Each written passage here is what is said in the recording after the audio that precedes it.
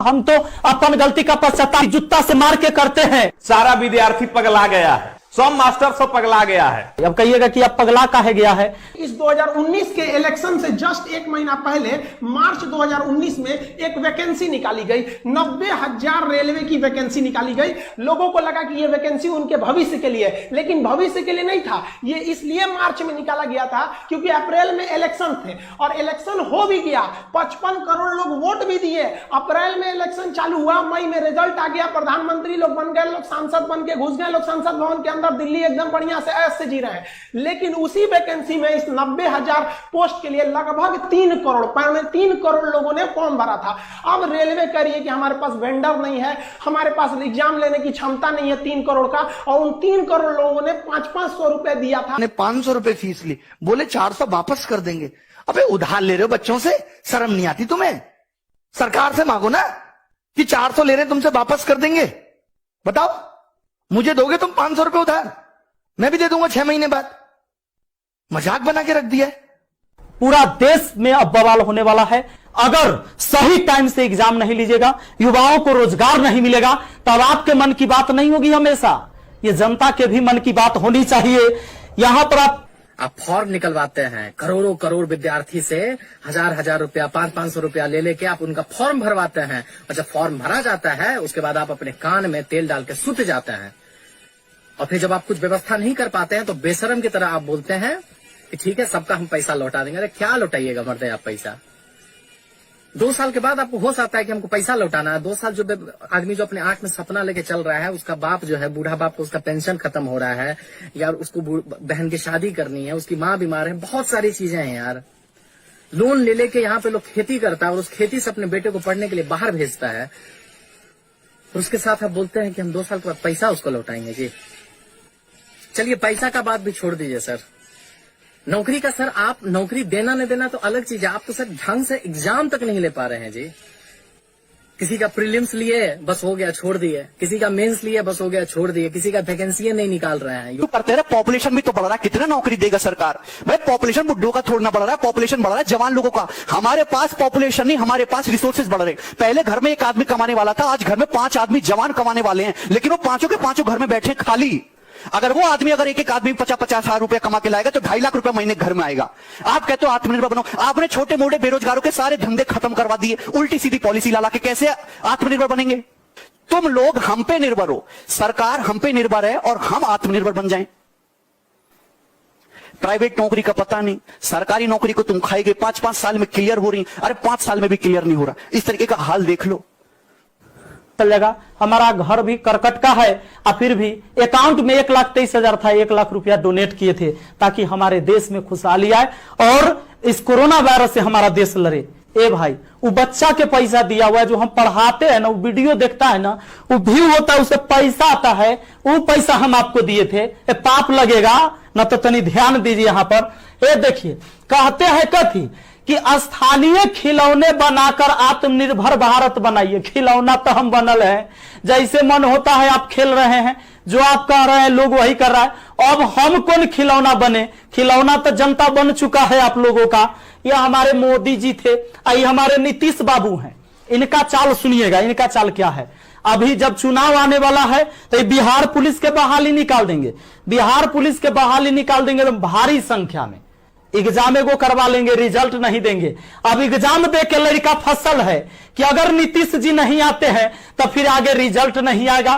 कोई ना कोई खाली कूल बनने के लिए लिखते हैं कि youth youth youth youth, youth के समस्या से कोई मतलब ही नहीं है। हाँ भाई, हमारे देश का जो युवा है वो भी पागल है। मेरे को एक बात बताओ, तुम्हें मंदिर बना के दे दिया और तुम्हें जिंदगी में क्या चाहिए?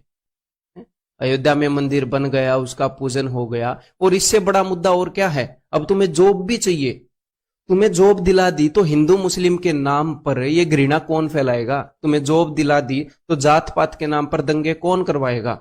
इनकी जो IT सेल या जो भी है, मतलब उसकी झूठी खबरें कौन फैलाएगा? अगर युवा को जॉब दिला दी, देश को एक विकास की राह पर ले गए तो हैं? जो लोग सरकार के खिलाफ कुछ बोल देते हैं उनको एंटी नेशनल कौन बोलेगा फिर कि भाई पाकिस्तान जाओ?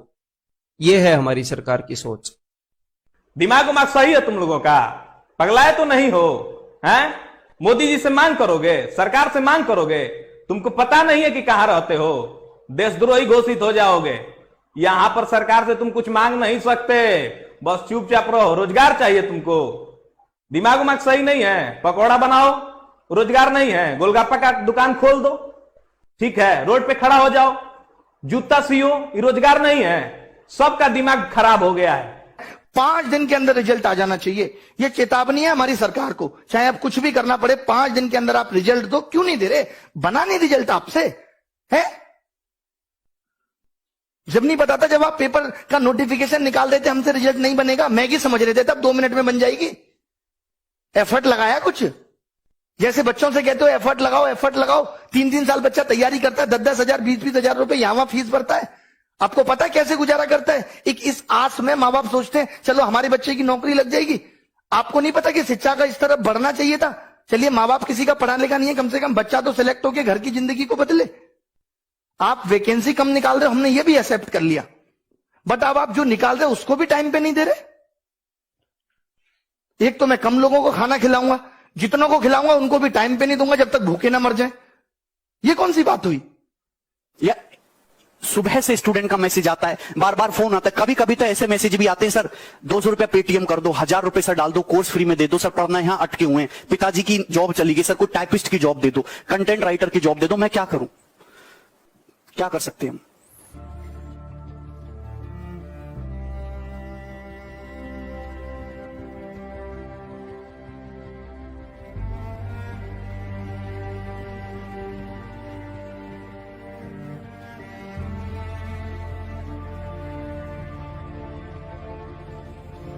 पहले आईएएस और उसके बाद एसएससी और फिर से फ्रस्ट्रेशन का ई लेवल हो जाता है कि सर रेलवे का गैंगमैन से लेके लोको पायलट का फॉर्म भरते भरते हम लोग अपने सेल्फ स्टीम का ऐसा बत्ती बना लेते हैं कि रात में जब टेबल पे बाबूजी के साथ खाना खाने बैठते हैं ना, तो परवल तक नहीं घोटाता है सर। 5 ट्रिलियन इकोनॉमी के भारत का सपना दिखाने वाला सरकार नहीं, जादू है जादू, समझे?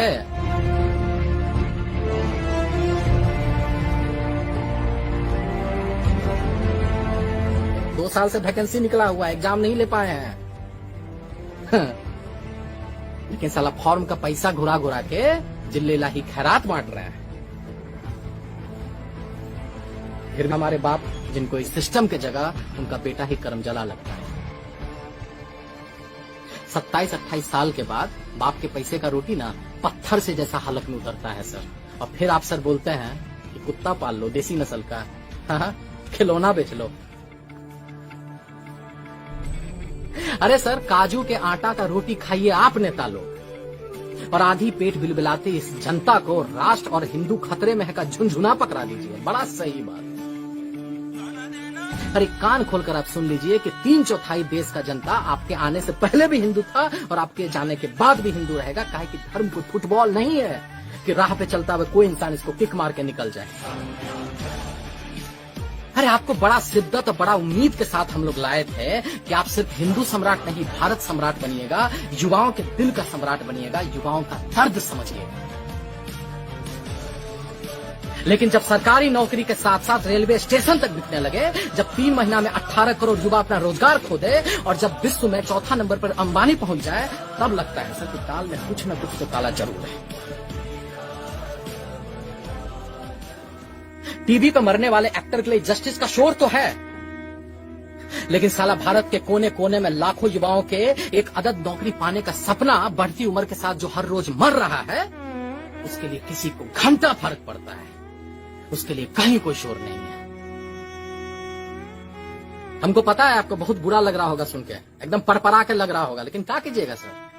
अरे क्या कीजिएगा?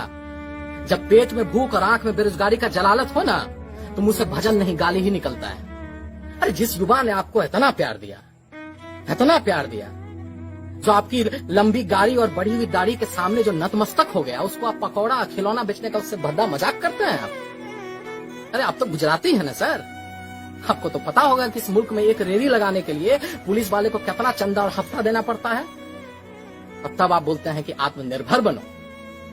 अरे रचाइए ढोंग, दिखाइए सपना। अरे आपसे पहले भी आया था वो तुगलक, जिसका सपना और नियत बहुत साफ था, लेकिन जमीन पर आते ही ना टै बोल जाता था। अब कमेंट सेक्शन में कुछ लोग हमको गाली देगा, एंटी नेशनल बोलेगा, देशद्रोही बोलेगा। बे बोलो, अगर साला अपने ही देश में, अपने आजाद मुल्क में, अपने प्रतिभा के दम पर अपने ही सरकार से सरकारी नौकरी मांगना गुनाह हो जाता है, एग्जाम का डेट का हिसाब मांगना गुनाह हो जाता है, तो हम हैं गुनहगार, और हम ऐसा गुनाह एक नहीं 1000 बार करेंगे इस देश के युवाओं के लिए। तुम रहो अपने नेता का चाटने में, और इस देश को महान बनाने में हम इन युवाओं के साथ खड़े हैं और युवाओं के साथ रहेंगे। जय बिहार।